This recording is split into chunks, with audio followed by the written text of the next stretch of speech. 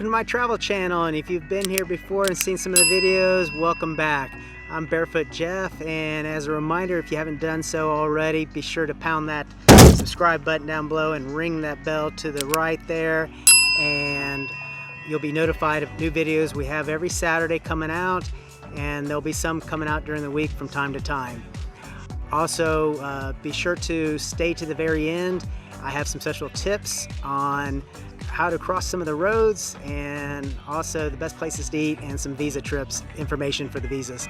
All right, so let's get started.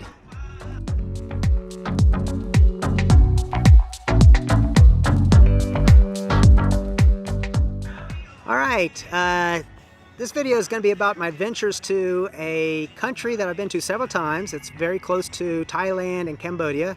The name of the country is Vietnam. It's got a little over 100 million people, and it's a beautiful, beautiful country. They have some incredible food. Vietnamese coffee is just really, really great, and there's a lot of interesting culture behind and history behind the country.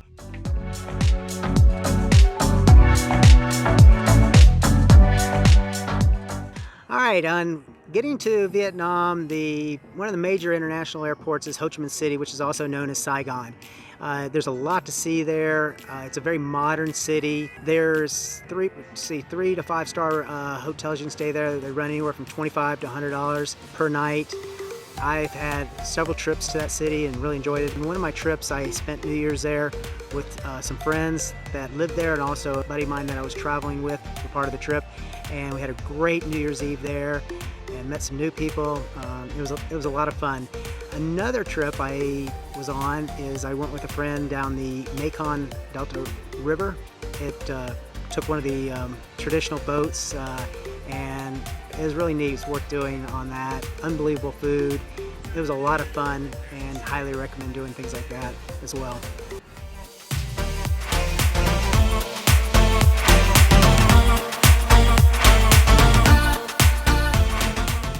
Another location I've been to, and it's further up north, is it's called Hanoi.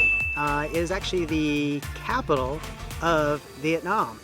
It's an old city, a lot of architecture's French influence there, and if you fly into there, then you definitely want to head down south a little bit. It's a short drive to Halong Bay. It's not too far from Hanoi.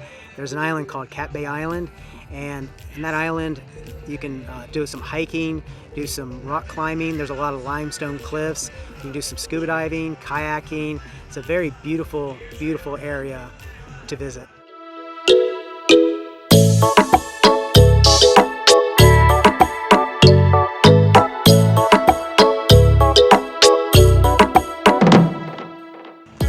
So another city I've been to is called Da Nang, and you can fly into there. It's another way to get there. Of course, you can take buses and you can take motorbikes. There's a beautiful beach, Mai Khao Beach, and it's beautiful there. A lot of fishermen there as well. You'll see these little fishing boats. They look like teacups, like round saucers. Kind of unique shape. I think I've only seen them, the only time I've ever seen them is in Vietnam, so I guess it's a very traditional type of boat there. There's also another town just south of that called Hoi An, and it's a cool little town along the river. There's a lot of markets, night markets there, and definitely worth taking a trip down to Hoi An.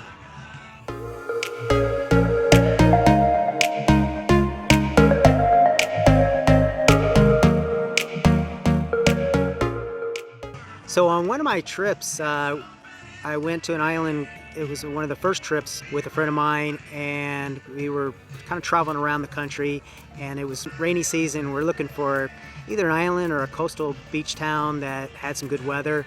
So we found on the map there, didn't know anything about it, called Phu Quoc.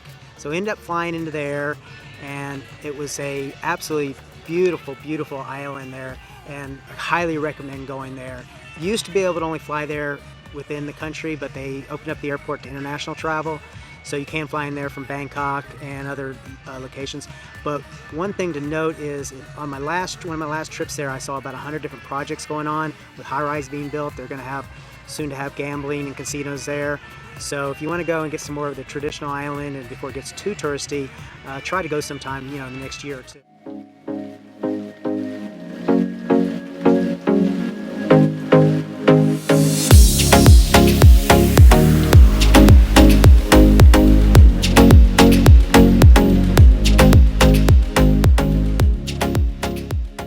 Okay, now for those helpful tips that I promised you at the beginning one thing in Vietnam is getting across the roads in almost all the towns, especially the busy cities.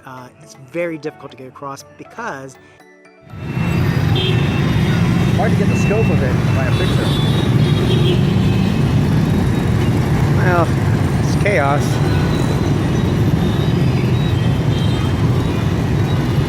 It's just gonna get worse. The traffic lights are kind of ignored. So you'll see cars going across this way, and I don't know how they don't hit each other. Scooters, motorbikes, everything.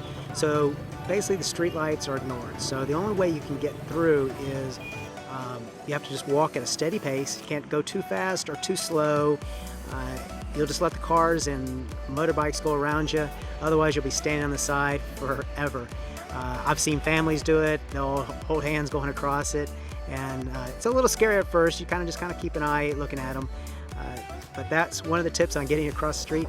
Another tip is finding the best places to eat. So I highly recommend, if you see a bunch of little plastic chairs and tables, they look like kids' chairs and tables, and they're full of a lot of local Vietnamese people eating, stop there. It's some of the best food and the best prices. And it's a unique experience. Of course in the cities they have Western type restaurants and things like that, but these outdoor cafes and outdoor areas are usually just right on the sidewalk, and the food it's safe to eat and it's just really delicious. Pho is a very popular soup there, and banh mi is a sandwich that is a French baguette. It's been around since it was invented around 1950. It's like a sub. Vietnamese had an influence of French so their bread and their architecture has that type of influence on it. And the sandwich is just delicious. It's kind of a crusty bread with really soft on the inside. And the other tip is visa.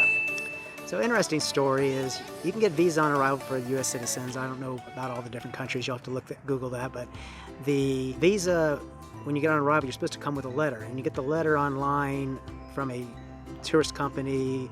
There's dozens and dozens of companies. It's usually about $10 or so, and you bring that letter, you print it out and bring it to you when you land through immigration. Well, one of the times I've been there several times, and one of the times I got a little lazy and didn't bring it. So I realized when I went to the window, they asked me for the letter. I was like, don't have it. So I thought, God, I'm gonna have to leave the country. Well, they said just stay there. Hold there. I wasn't sure what was going to happen. And then they explained to me that somebody's going to come help me with this. And they ended up coming, and I got the letter then after a couple hours, but it was a lot more than $10 or $15. It was like $150, but it was that or my choice was to get back on the plane and leave. So I happily paid it, and so just a little tip on that one. Well, that concludes my adventure and all my helpful tips there for Vietnam. Be sure to visit that country at some point. It's a beautiful place and beautiful people. And also, as a reminder, hit that subscribe button and pound that bell button, ring that bell button down below next to the subscribe button. Also, be sure to share the video, like it, the thumbs up, and as well as comment below. And as I mentioned earlier in the video, the comments are sometimes way below the video or right under it. And just leave a comment. It's one way the algorithm for YouTube recommends the videos, and also it just helps grow the channel. So anyway, live life barefoot, and I'll see you on the beach.